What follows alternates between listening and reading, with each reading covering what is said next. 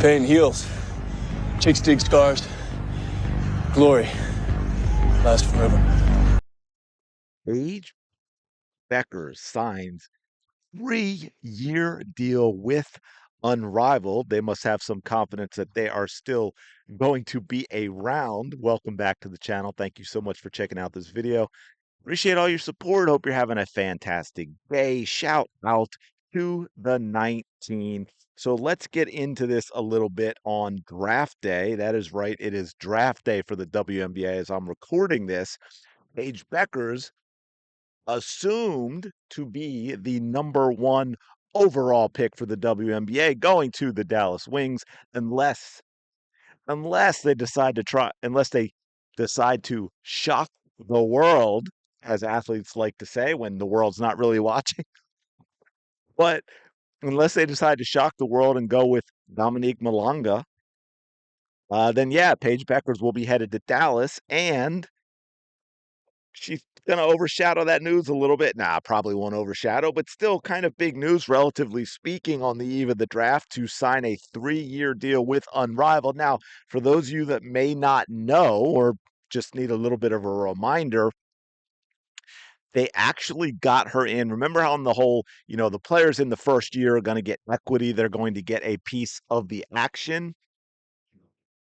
Paige Bueckers got that deal, even though, of course, she was not going to be playing because she was still in college and playing for UConn. She got that deal to where she got a little bit of equity. So in that respect, of course, it is not surprising at all that she would be playing Unrivaled. I'm sure that was actually part of the deal. So hey, we're going to allow you to get the equity now, even though we know you're not going to be able to play until the next year, but that is going to be part of the contract and you will be playing next year. So now, of course, the big news here, what they're going to try and spin and make a big deal about is, as you can see right here, Bueckers' first year salary for the 10-week Unrivaled season will exceed what she would make in 4 years of her WNBA rookie contract, sources say.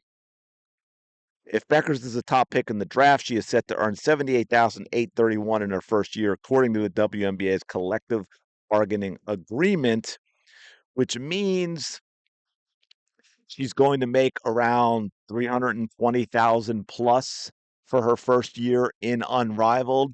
Now, unlike most established leagues in, professional sports, a lot of what Unrivaled is doing is, it seems, I shouldn't say that, they haven't announced this, but it is part talent and also who can get us ratings, who's going to be a draw. They feel that Paige Bueckers, of course, is going to be a draw for Unrivaled, so they're giving her a big contract because obviously she hasn't even played yet. She hasn't set foot on a WNBA court yet, and yet she's going to be making a lot of money relative to her WNBA contract. Now, of course, what a lot of people are spinning this into as well is Unrivaled putting pressure on the WNBA, right? That is not true. And what I mean by that, and this is why the lead story in all of this, every little clip I said goes through the whole, she's going to make more in her first year of Unrivaled than her entire rookie contract. Well, two things on that. I think her rookie contract will change after the first year, right? We're going to get the new CBA going into the 2026 season, provided things work out. I mean, I know it is a small chance, but it is possible, at least to start the season. There is no 2026 season. Don't forget, while there's been numerous strikes, NHL, NFL, MLB, all of that,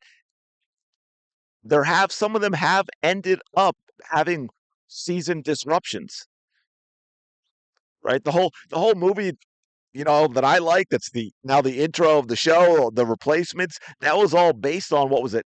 All the way back, I think it was 87, where they had this strike where they actually brought in replacement players instead of canceling games. Major League Baseball, I think their first work stoppage was back in like 80 or 81. I think the season ended up being only like 110, 120 games out of the 162. So it is possible that the WNBA does not play in 2026, or maybe it's just a shortened season when they, it starts out not playing, and so they got a little pressure.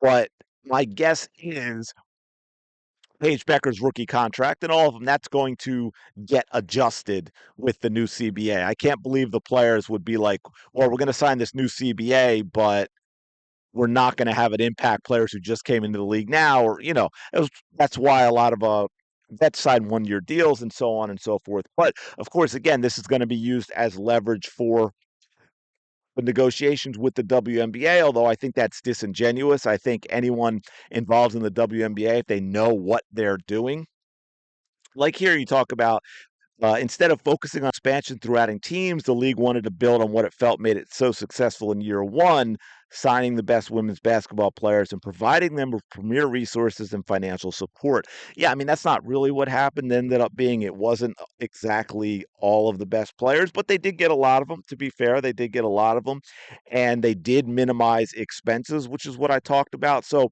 that's part of the reason you're not going to have a competition with the WNBA. You have 6 teams of 6 players. We're talking about 36 players. The WNBA this year will be 152.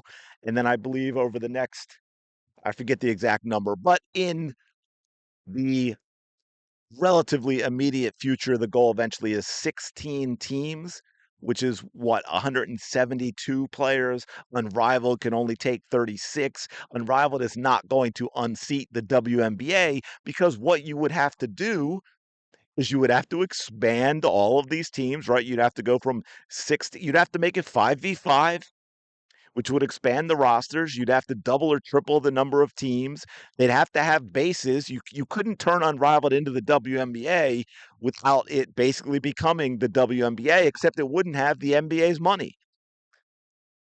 Because the NBA is going to be, well, we just funded you for 30 years, and now you're going to try and replace us with a player-owned league, which in and of itself would be a nightmare as well. I'm not sure how you would get away with that. But to me, it's a negotiating tactic. I think if the WNBA has anybody who knows what they're doing, it's not something that's actually going to work. But part of this, I think, as well is going to be, hopefully, they're going to make another hard push for Caitlin Clark. I think Caitlin Clark, we may never hear about it, but I think Caitlin Clark will get offered a 7-figure a year deal for Unrivaled. Again, she doesn't need it. I think she made, with what, endorsements and everything, in 2024, like $11.1 million or something like that. They're going to go after Asia Wilson, and they may be able to throw enough Asia's way that she says, yeah. And if she looks at also players that kind of were like, oh, I'm hurt, I'm going to take a break. Sabrina Ionescu coming in late, leaving early, all that type of stuff. Asia might be like, yeah, you know what? I'll take the deal, and then maybe I'll play in half the games and cash my check. But yeah, so anyway, kind of a big. I mean, it is a big deal for Unrivaled, right? If even if Paige can, I mean, she's not going to move it like Caitlin, but Paige could add.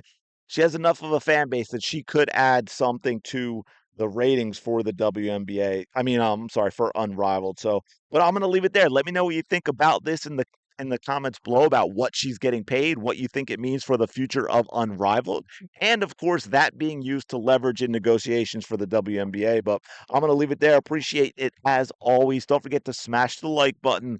Subscribe to the channel. It really helps out tremendously. In fact, it's the only thing that helps out and has gotten this channel from 0 to the 11,000 of you 19ers. But I really do appreciate it. Go have the day you deserve, and I will talk to you later.